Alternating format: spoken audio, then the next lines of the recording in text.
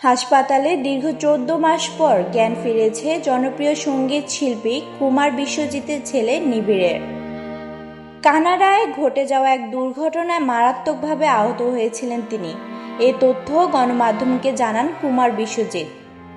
ছেলের সর্বশেষ শারীরিক অবস্থা নিয়ে কুমার বিশ্বজিৎ বলেন, শারীরিক অবস্থা কিছুটা উন্নতির দিকে, কিন্তু কবে পুরোপুরি সুস্থ হবে তা বলা মুশকিল। এখনও হাসপাতালে থাকতে হচ্ছে। আমি কানাডায় যাওয়ার পর হাসপাতাল থেকে রিহাবে নেওয়া হবে। কুমার বিশ্বজিৎ বলেন, নিবিড়ের এক্সপ্রেশন দেখে মনে হয় বাবা মাকে চিনছে। অনেক সময় তাকানো ৩৬০ ডিগ্রিতে ঘোরা। এরপর যখন বলা হয় বাবা আসছে, মা আসছে, তখন বোঝা যায় আমাদের চিনে। মা যখন বলে আমাদের চিনতে পারো, তখন তার এক্সপ্রেশনে বুঝতে পারি হয়তো চিনছে।